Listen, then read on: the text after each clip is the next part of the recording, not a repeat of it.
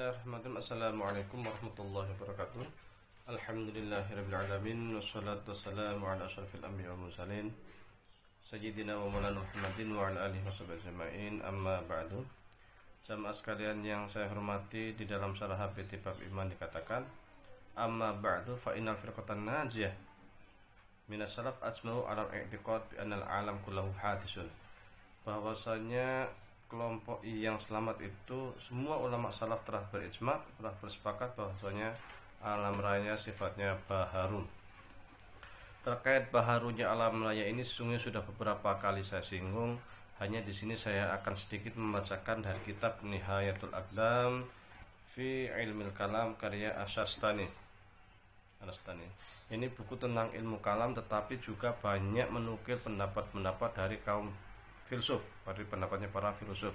Memang ada ciri khas penulisan yang sering ditulis oleh Syarstani, yaitu beliau itu senang sekali menyampaikan pendapat lain apa adanya.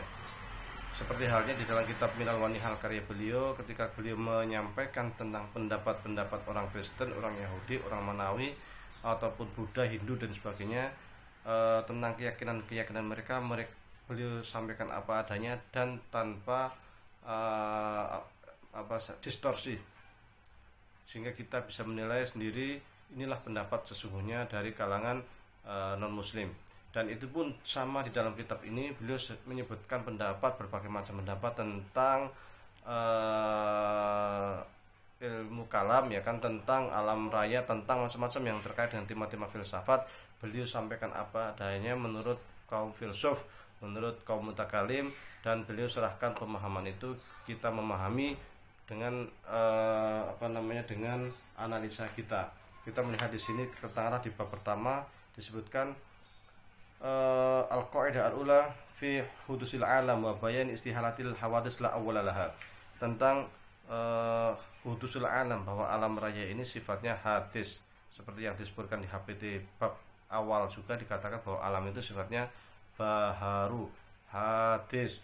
Di dalam buku Nihayatul Aqdam fi Ilmil Kalam, Asy-Syarstani juga menyebutkan di bab awal tentang alam raya ini hadis dan mustahil ada sesuatu di luar Allah itu yang datang tanpa sebab.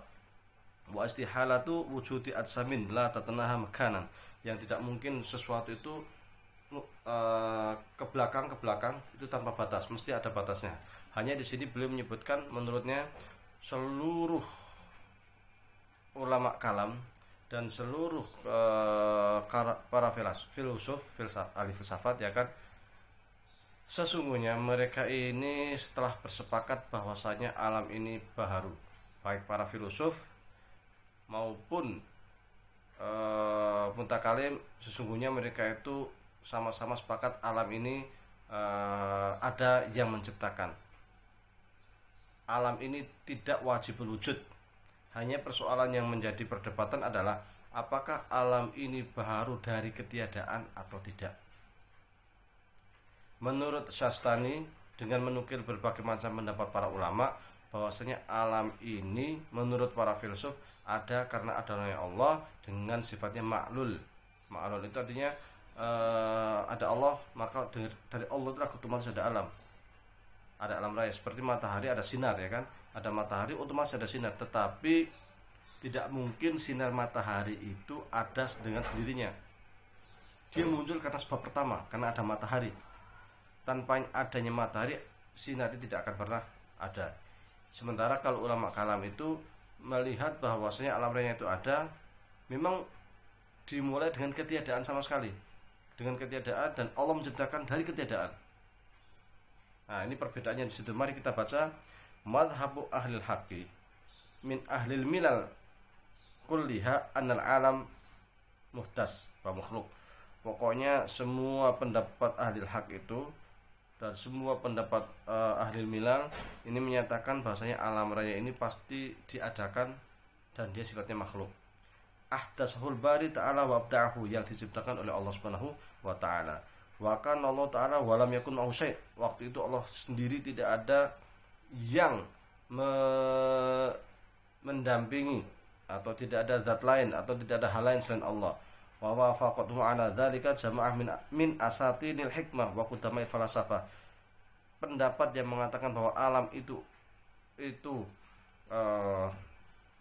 ada, ya, bahwa alam itu ada dan dia itu ciptaan, itu juga disetujui oleh para filosof wa qudamaul falasafah. Kalau disebut qudamaul falasafah, para filosof yang lama, para filosof yang pertama atau para filosof awal, itu maksudnya adalah para filosof Yunan.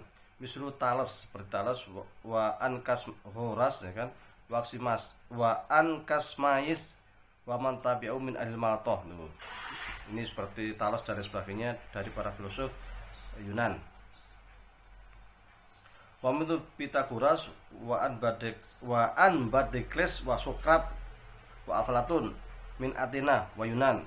Juga pendapatnya Sokrat, Plato, ya kan, dari para filosof Yunan. Wa jamaah minas syu'ara wa nusak, juga pendapat para sastrawan dan juga para sufi.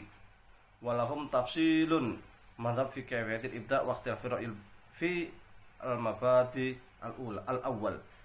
Semuanya sepakat bahwasanya alam raya itu diciptakan, hanya saja semua kelompok tadi mempunyai pendapat masing-masing terkait bagaimana supaya alam raya ini ada. Alam raya ini munculnya bagaimana, itu setiap orang mempunyai pendapat masing-masing. Syarahnaha fi kitabinal mausum bin milal wan nihal, yang itu sudah saya sebutkan di dalam kitab Milal wal Minham. Wa madhabu Aristoteles wa man syai'ahu, ini juga pendapatnya Aristoteles dan mereka yang sependapat dengan Aristoteles. Seperti siapa?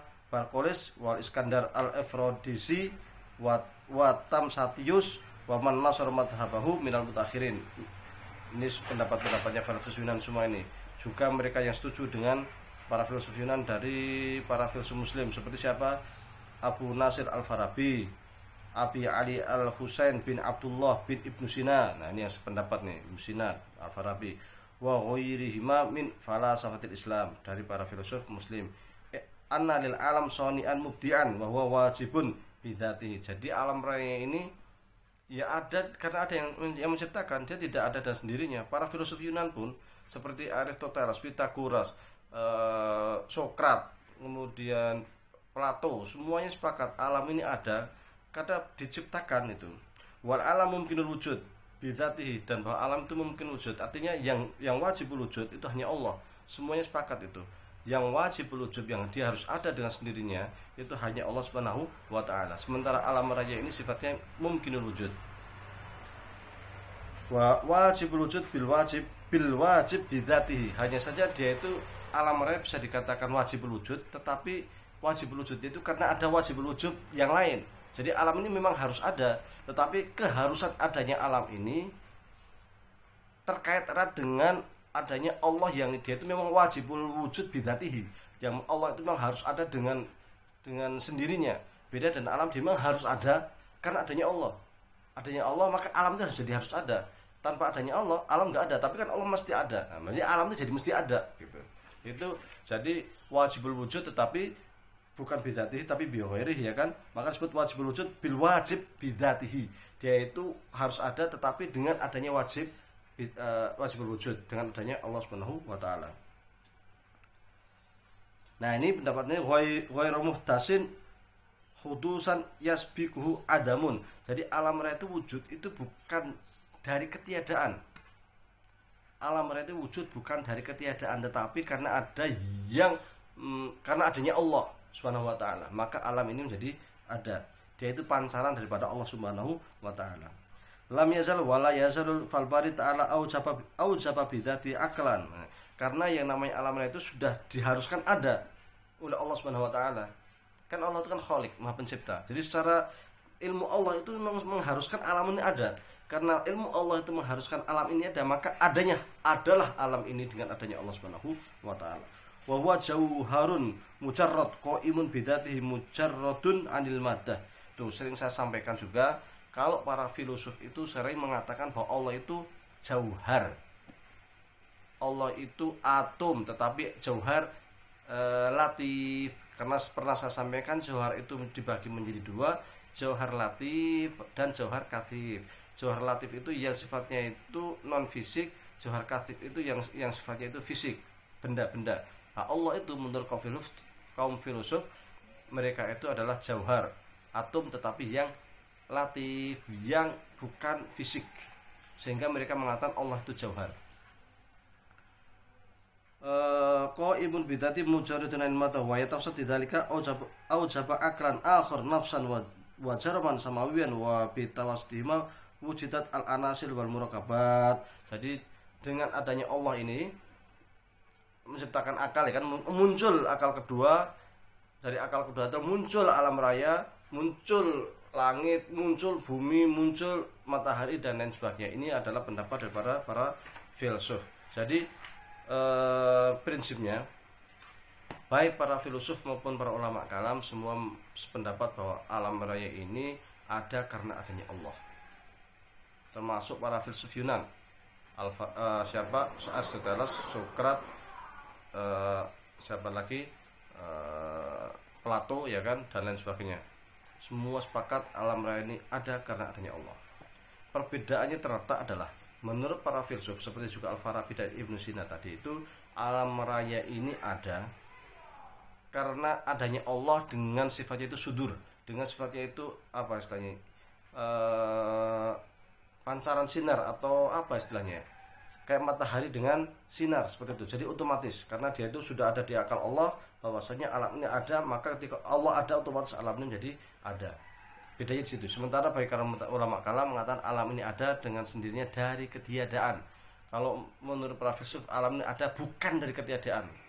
Karena ada Allah otomatis ada alam. Maka alam pun disebut oleh para filsuf dia wajib, harus ada, tetapi keharusannya itu dengan adanya Allah. Kalau orang ulama kalam, alam itu imkan bukan wajib, imkanul wujud, yaitu mungkin ada dan ada dari ketiadaan. Inilah perbedaan mendasar terkait dengan hudusul alam antara para filsuf dengan ulama kalam, sebagaimana yang saya baca dari kitab Nihayatul Aqdam fi Ilmil Kalam karya Asharstani. Wallahu a'lam wabillahi taufiq wal hidayah. Assalamualaikum warahmatullahi wabarakatuh.